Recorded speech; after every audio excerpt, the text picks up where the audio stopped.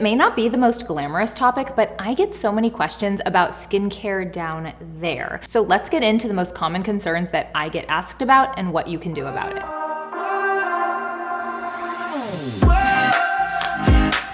I'm Dr. Sam Ellis. I'm a board-certified dermatologist in Northern California, and I'm here to help you understand your skin and find products that work for you. So if that sounds good to you and you enjoy that type of content, give this video a thumbs up and don't forget to subscribe to the channel. In case you didn't get it in the intro, I'm going to be talking about skincare in the genital area as well as different skincare issues that arise around the buttocks and groin. I am, of course, particularly well equipped to talk about this as a dermatologist, and I feel like it is my duty as a dermatologist to walk you through this because no one really teaches you about skin in those areas, but it's so important to understand it. The other thing I've noticed is people can be a bit shy or embarrassed to ask about skin issues in the groin or buttock area. So I'm going to go through some of the most common concerns that get brought up during office visits when it comes to skincare in that area. But of course, if there are any things that you guys have questions about, let me know in the comments. I am here to help you. So first, let's just talk about the skin in the genital area in general. This is some of the thinnest skin on your entire body. And in addition to being thinner than a lot of the other skin on your body, it also suffers from quite a bit of trauma, whether that's sex or the frictional forces of exercise or the fact that it's quite damp and always covered down there. That skin endures a lot of things that no other skin on your body has to go through. Also, the skin in the genital area doesn't tend to get a lot of airtime unless you are a nudist or you like to walk around your home naked. But just like anywhere else on our body, skin is not meant to be damp and occluded at all times. So skin in your genital area is going to be more prone to things like breakouts and infections as well as irritation. And the last thing I want to note, and I'll talk a little bit more about this when we get into talking about hyperpigmentation in the skin down there, but you have more melanin, so pigment in the genital skin, and that's something that we tend to see. This is totally normal, but it can be a little distressing to some individuals, so I will talk about how to address it later in the video. Before we get into specific issues that exist in the genital skin, I do just want to go over like basic skincare for the skin down there. We'll go over cleansing first. Ideally, your genital area gets cleansed once a day. No matter what type of genitalia you have, there are folds and creases, which is kind of a ripe place for bacteria and yeast to overgrow. So you always want to make sure you are cleansing those areas thoroughly, but also gently. And you really don't need a special cleanser. So all the cleansers that are marketed as like intimate care cleansers, like you do not need to bother with that. Any gentle cleanser that you would use on your face, you can use on your genitals. For some people, warm water will be enough, but if you sweat a lot or you're noticing odor, then introducing a gentle cleanser is also helpful. But one thing I want to make abundantly clear is if you have a vagina, no soap or cleanser should be going internally. Everything stays on the outside. Your vagina is a self-cleaning machine. It does not need any help from you. In terms of other skincare besides regular cleansing, you may want to introduce a moisturizer to your genital skin as well. This is going to be very person dependent. The genital area has a good number of oil glands, and for some people it's going to be moisturized enough without any additional moisturizer.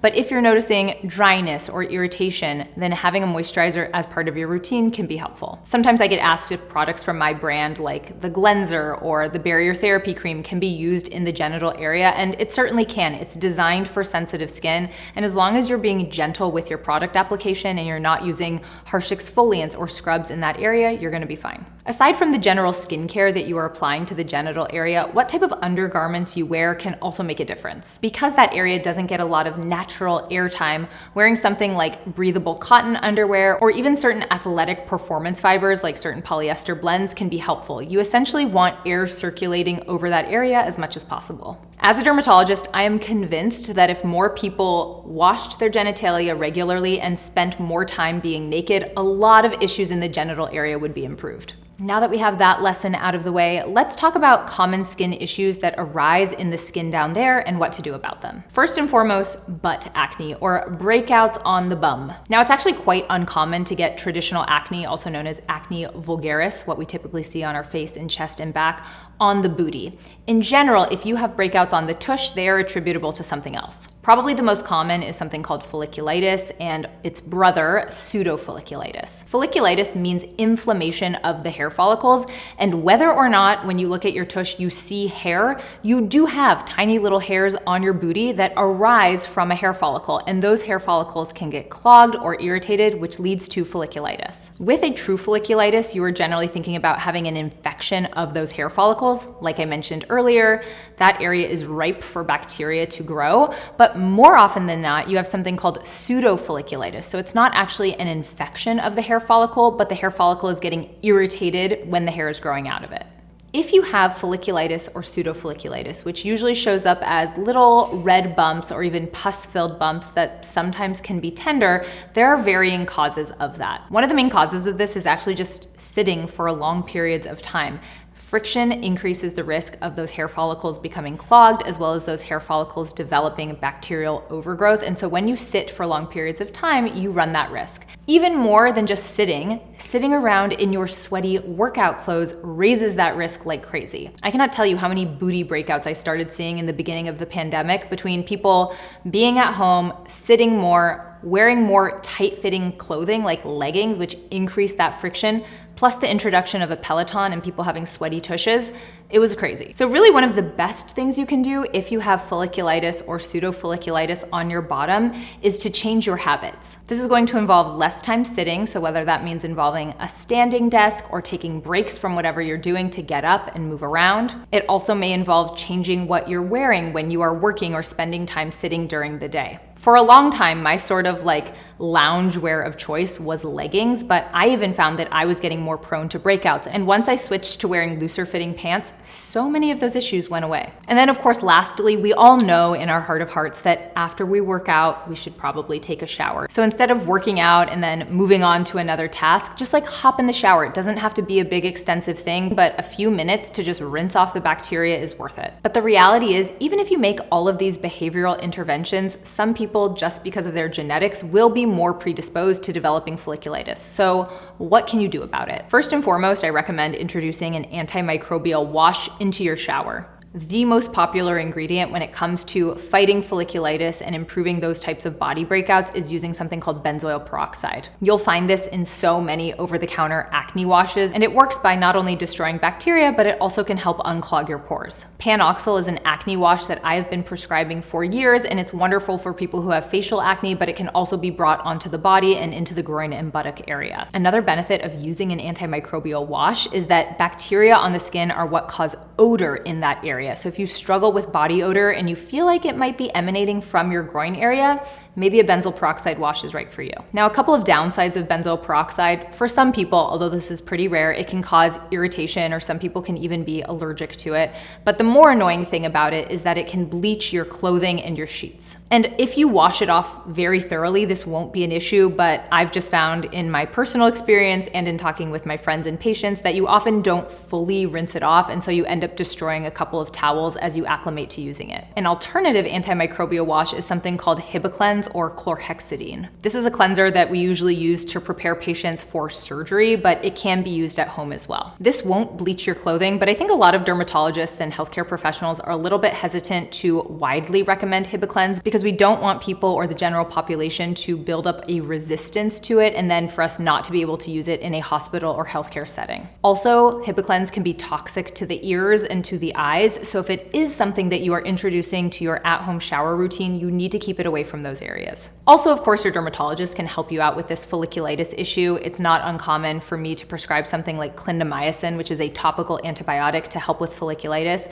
as well as things like tretinoin or a retinoid to regulate that cell turnover, prevent those pores on the booty from being clogged, and to help with folliculitis overall. Now, another thing that can cause bumps on the bum that is often confused for acne or folliculitis is actually something called keratosis pilaris. And a lot of people are familiar with keratosis pilaris or KP on the arms or on the thighs. Sometimes it's described as chicken skin. It's these rough little bumps that are centered around your hair follicles, but you can absolutely get it on your butt as well. Now, it would be very rare to have it only on your butt and not have it anywhere else on your body. So that's one thing you can kind of think about if you're like, what's going on my tush? Like, do I have KP other places on my body? Maybe it's that. Now, KP tends to get worse in the winter months when the skin is dry. Some people consider it to be a form of eczema of the hair follicles, and it's essentially a buildup of dead skin cells in each follicle that lead to these crusty, fine little bumps. And I won't get too much into the treatment details of KP in this video. I have an entire separate video on keratosis pilaris and what products I recommend for it. The last thing I tend to see on the buttocks that might be confused for acne are boils or abscesses. This is typically going to feel like a very large, very tender or painful pimple that continues to expand. Some people are just prone to getting these on their buttocks, and it's not a reflection of personal hygiene, it's just really genetic bad luck. If you have a boil or an abscess or more than one, these generally need to be taken care of in a healthcare setting in which these boils are drained because they're essentially full of pus. Sometimes if they're very close to the skin surface, they will drain on their own, but not always, and you can't really count on that. If you're someone who is developing repeated abscesses or boils on the buttock area, it's really important to be in touch with a dermatologist because these are things we can generally address in our office, but they often come up quickly, and for some reason they often show up on the weekends, and so a lot of people end up in the ER or the urgent care having to deal with these when it's something we could help you take care of. You can tell if these are boils rather than sort of a typical inflamed pimple because they tend to be a little bit larger, so I'm thinking like dime-sized or bigger. And also when you touch them, they can feel fluctuant, meaning it will feel like there is fluid trapped under the skin. While we're on the topic of boils in the buttock area, I do want to take a second and talk about a skin condition called Hydranitis Septiva.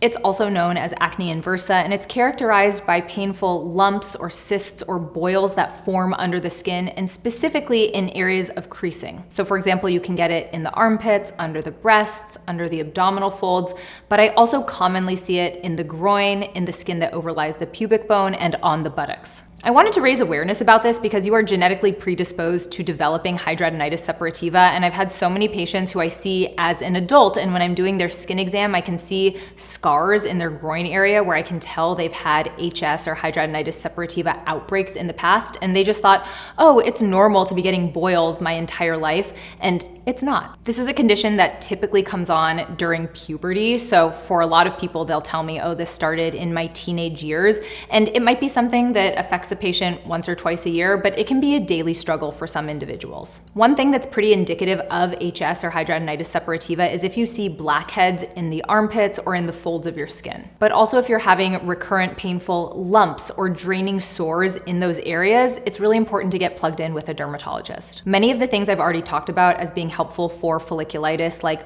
wearing loose-fitting clothing and using antimicrobial washes, can also be helpful for HS, but sometimes you need more interventions than that. Your dermatologist has a wide variety of tools that can help you that can range anywhere from steroid injections to systemic medications to surgical procedures to help relieve those problems. But I just wanted to give a brief mention of that because so many people suffer from HS, and there's often quite a delay from when you start experiencing HS to when it's actually diagnosed. So that kind of covers acne and bumps that people tend to get in the groin and buttock area. Moving on, let's talk about ingrown hairs. Ingrown hairs are exactly what they sound like. When your hair is growing out of the skin, instead of exiting the skin, it actually gets stuck. It hits almost like a ceiling and it starts growing back in. When that happens, your skin goes, I'm not really supposed to have a hair like growing back down in this direction, and it actually treats your hair as a foreign object or a foreign invader. And that's going to lead to things like inflammation, redness, pain, tenderness, and even the formation of pus. People who don't manipulate their pubic hair can develop ingrown hairs, but it's much more common in people who shave or wax or remove their pubic hair in some other way. And that's just because you have more hairs in that case trying to make their way back up through the surface, and sometimes they fail at that mission. So things you can do if you have ingrown hairs. 1, you can use warm compresses to help relieve some of that discomfort. 2, it's okay to use a tool like tweezers to help release that ingrown hair, but you need to do so very carefully and very gently. You do not want to be digging around at that skin. And also, once the hair is released, a lot of people are inclined to actually pluck that hair out, but it's actually much better if you just trim it off at the skin surface so that it can continue to exit the skin successfully.